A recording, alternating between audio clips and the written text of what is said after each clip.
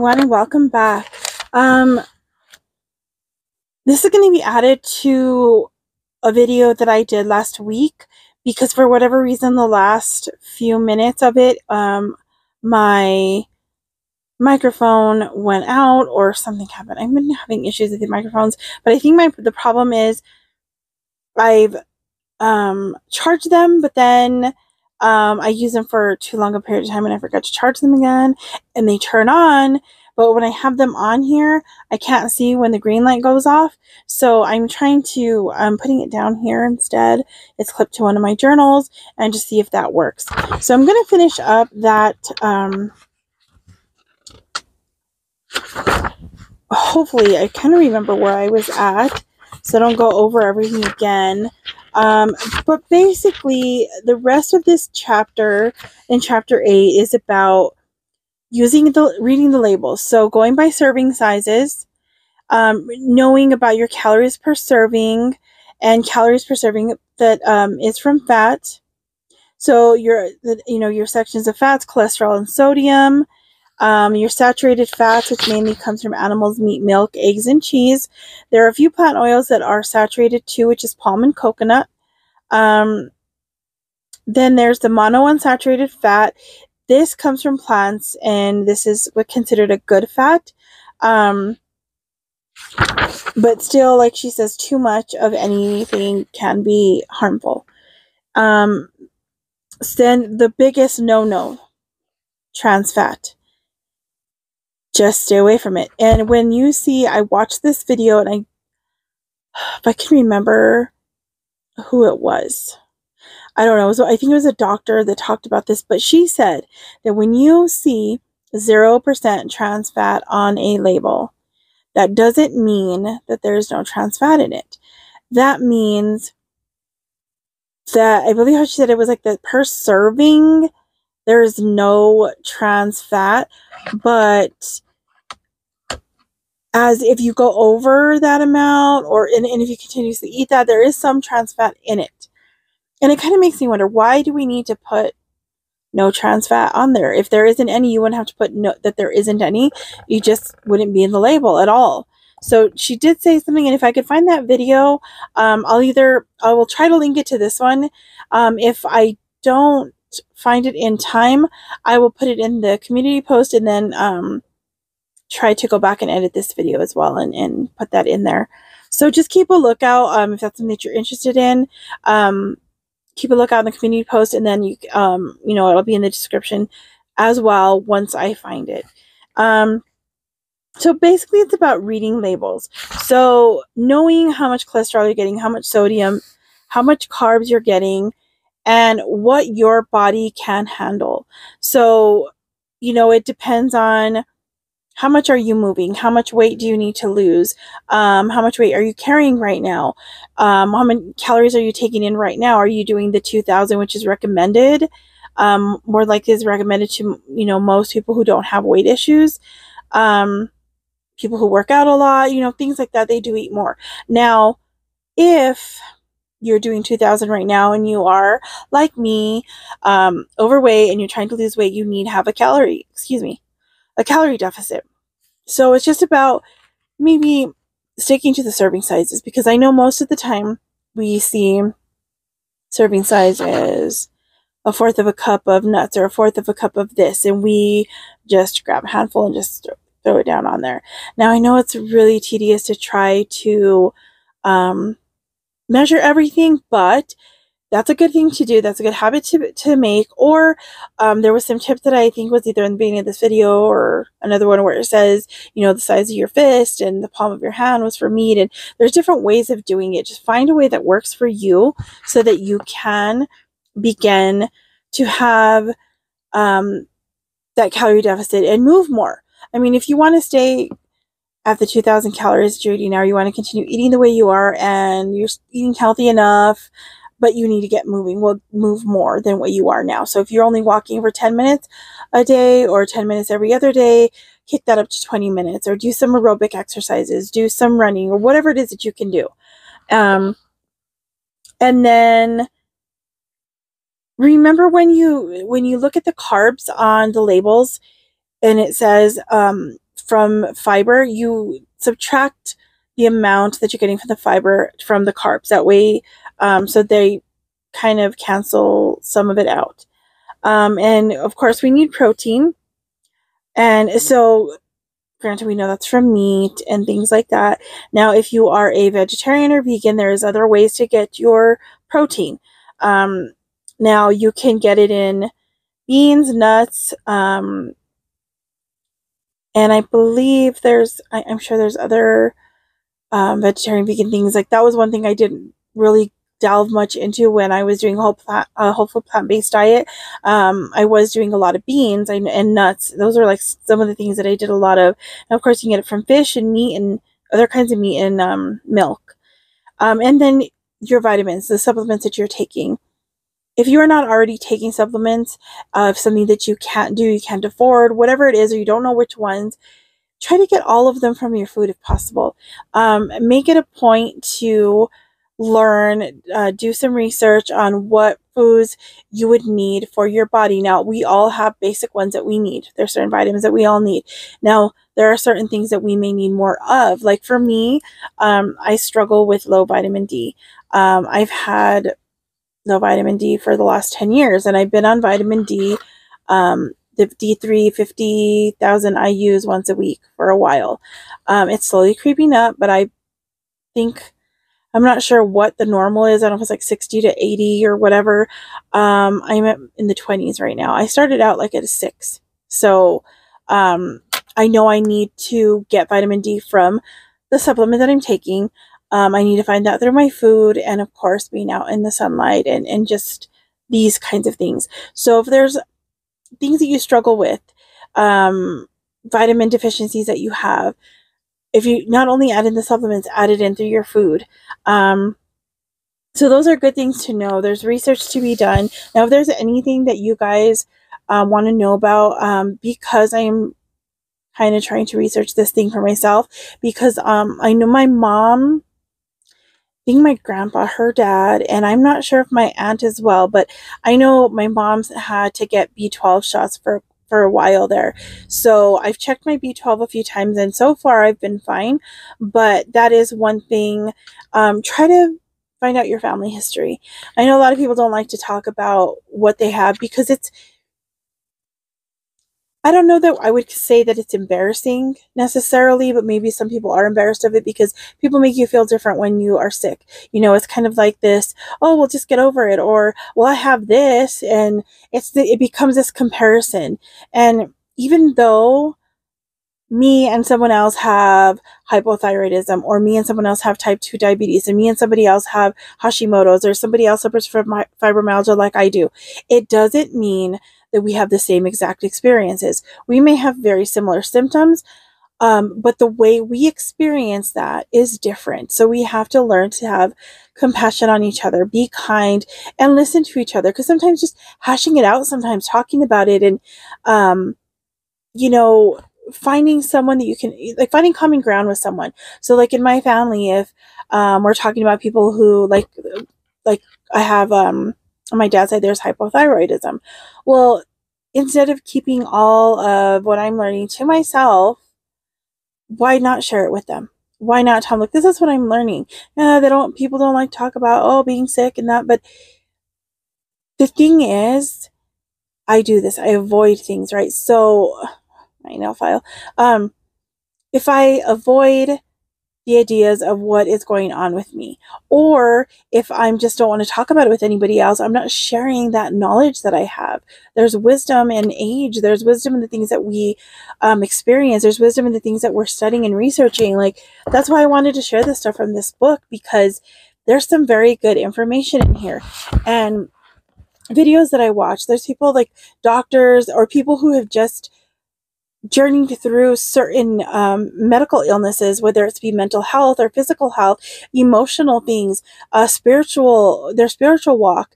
That's why I want to share about my faith and how that affects the rest of my life. And it's about,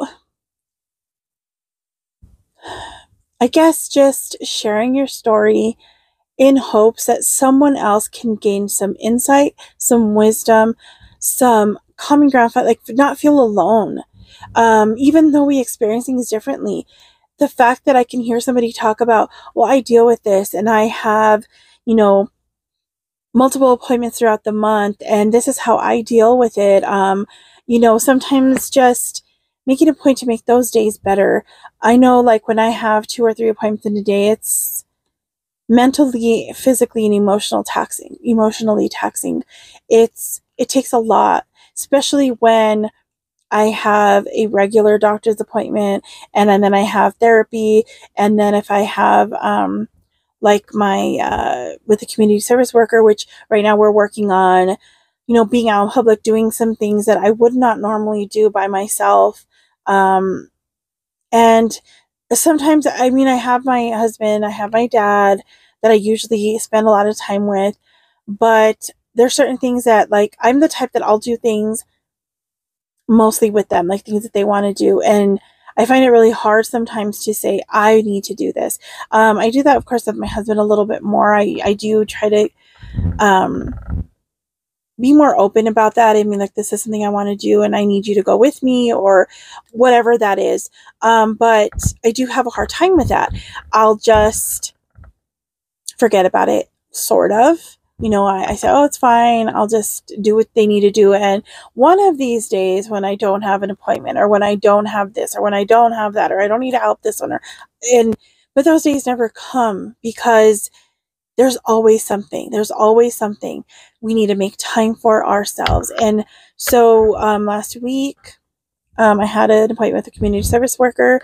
And just in one of our conversations, that prior appointment, I talked about wanting to get outside more because it's a thing I have not done in a long time. And I've always kind of had issues with that. I used to love camping when I was a kid, but of course it was at my uncle's ranch and it was just us out there, me and my cousin, and his parents. And of course, you know, like just my family would go out there too sometimes, but it was like away from everything. It wasn't like out in public, outside.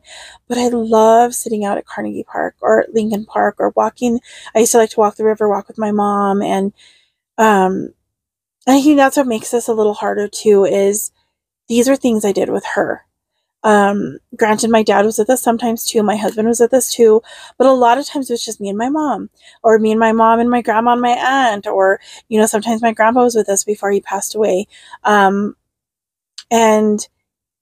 it was something we did often. And so I think that's made it a little harder for me to go out and do these things. And then now that I don't live in my hometown, I don't have a lot of opportunities of doing those things if I don't go with that intention. So that's what I have enjoyed about these community service worker appointments, because in their situation right now, part of what they offer is help with housing, and kind of, I'm not sure, there's some other things that they help with, you know, trying to help you find food resources like pantries, or if you need food stamps, things like that. They help you go through all that process, right? Well, we are living in the cabin on my in-laws' property. Now, we have pets, okay? We have 1 dog now, and we have our 7 cats. And 4 of those cats we've had for over 14 years. I'm not going to just get rid of them. You know, I'm not going to try to rehome them. I don't care. I mean, me and my husband, if the worst thing happens that you end up having to live in your car or something, we don't have a car right now, but you know, if that happened, if we get a car, whatever, they're going to be with us and we're going to do everything we can to keep our little family together. And so housing is not something I can do right now because most of the housing that they offer is either in like hotel type apartments. There is Section 8, which doesn't always offer for pets, especially because we have so many. One of my cats, you okay? Our Daisy, she's having a lot of issues with her teeth, and we were hoping and praying to find some help to get her some dental work, which is like $250 just to get her teeth cleaned. And then like I think I've shared this before, our other 3 older ones are also having some issues with that. And their mom, she lost a lot of weight. She was always a small cat. She's a calico. But she has some stomach issues as she got older. And her oldest baby that we have now, who's 16, she's lost a lot of weight. She was one of our bigger cats, and she's really thin now. And I don't know. We had one of our cats, Neville, who had diabetes, who we believe got taken by a mountain lion from our yard, because he liked to sleep outside when it was really hot. And then a few nights later, a mountain lion came in here and tried to get one of our other cats and broke some things. And because of what we saw, the paw imprints and that, it looked more like that than it would a bear, but it's very possible it's a bear as well. But those are the things that, you know, that we're going through right now. So say some prayers for our babies, and just so that we can get the help that we need. And we also have to get our dog, which is a rescue dog. We need to get him neutered, because when we got him, we thought he was fixed. We didn't know how old he was. He looked older, but obviously he wasn't. So we do need to get him seen and, you know, get his shots and everything that he needs. So now, as I was saying, that since the housing thing is not really on the table through that program right now, we're kind of working on more socialization kind of thing, because of the anxiety that I deal with and depression. And sometimes it's really hard. If you struggle with that, you understand it's really hard to get out.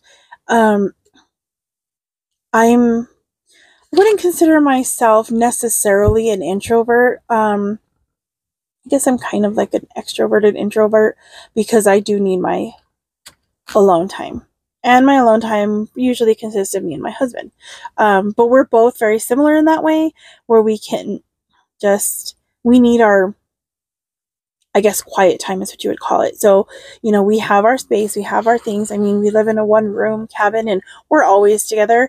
And we've kind of always been like that, though. Even in the beginning that we lived in bigger places, whatever, we were always together. We worked together. We went to school together. And even though we didn't work together, like in the office all the time, we worked in the same place. It was just, we've just got used to always being together. And so even in the time that we need our quiet time, or like, you know, be in our own space, we can be sitting right next to each other, and we can, it's fine. It works out. We know when we need that. And so getting out is really hard for me in that respect, that I'm just kind of like, well, how am I going to do this? And part of this whole journey for me in healing is being able to overcome anxiety enough, and hopefully for good and completely, God willing. But in the meantime, while I'm working through this, I need to find things that I can do to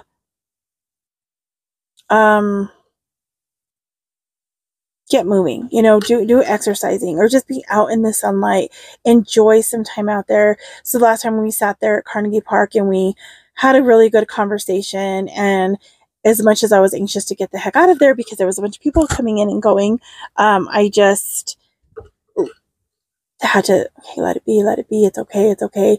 And then I did get my library card, so that was awesome. And I did pick out a couple of books. I don't know if I shared this already in another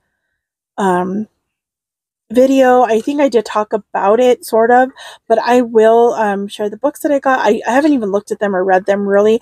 I just kind of looked around really quick and got a couple of them. One is looked like poetry, but it's about the Glorieta Pass, which is kind of where we live, right next to it. And then the other one is by a teacher she taught English at West Las Vegas in my hometown. I didn't go to that school, but one of my friends had her as a teacher, and she wrote a few books. And the one, I think the one that I checked out was called Bea, and it's supposed to be, I think, a bunch of cuentos, like short stories that she writes down, this character. And so I want to read that and see what it's about. I might read some of them here, depending on what they're about. I don't know what kind of stories they are, and I think they're all in English. They do have some Spanish in there, but I'll share some if if you guys are interested.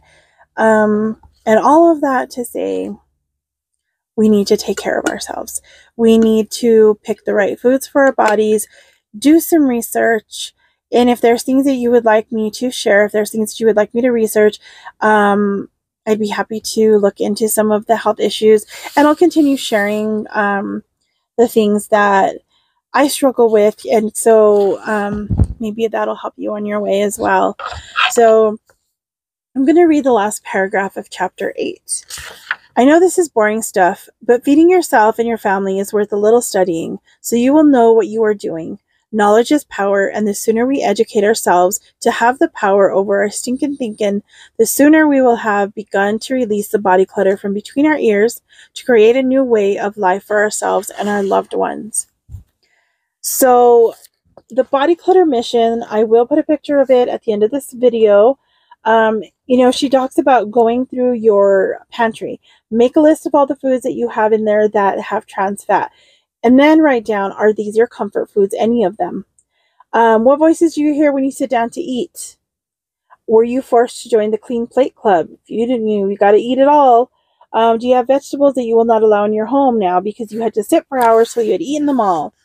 And if this part, I don't have children, so this is a little different for me, but if you have children and you hurt them nutritionally because you didn't understand any of the ways to take care of them because you weren't even taking care of yourself, and a lot of times they're not educated in that. She says, this is the hard part. You need to forgive yourself. Don't beat yourself up over this. We don't have to be perfect. We are educating and forgiving ourselves. This is all part of getting rid of our body clutter. So if you have young children and you're learning this, you can change this for them now. If you have older children who are adults, you can share what you're learning with them if they are not on the path to being healthy. Just share what you're learning and, maybe talk to them about the things that you did or the things that you think you did that may have hurt them nutritionally by, like the story that she told in one of I'm not sure if it was this video or the last one that I shared that story, but about the mom who insisted on getting the 4-year-old a double cheeseburger and then got mad at her because she didn't eat it when the little girl just wanted a plain regular cheeseburger. And she didn't allow her to have her ice cream with her older sisters because of that. So just those types of things, and just forgive yourself. Give yourself some grace. Give yourself some mercy. Surrender it to God through prayer. And if you need any prayers, have any prayer requests, leave them below. If there's anything you would like to learn about any of this food-based nutrition, and I will share a little bit more about labels and things like that when I do my shopping, which I think I'm going grocery shopping on, I don't know, this weekend sometime. So I will try to take you on that trip. I probably will be with my dad and Layla, his dog. So they may make a cameo in my video. They may not. It all depends on, she probably will. She won't mind. But I don't know about my dad. If he records everything. He's been recording, well, most of us our entire lives. I wasn't on much video because by the time video cameras were a thing to take home, I was already a senior in high school. Thank God. But that is it for this one, and I hope that this video blessed you. And if there's anything else you'd like to share, or share your story with me of how you struggle with food and what you have learned and what you've overcome or what you are trying to overcome right now. All right. Well, I will see you in the next one. Hope that you have a blessed afternoon. Thank you for joining me, and God bless you. Bye.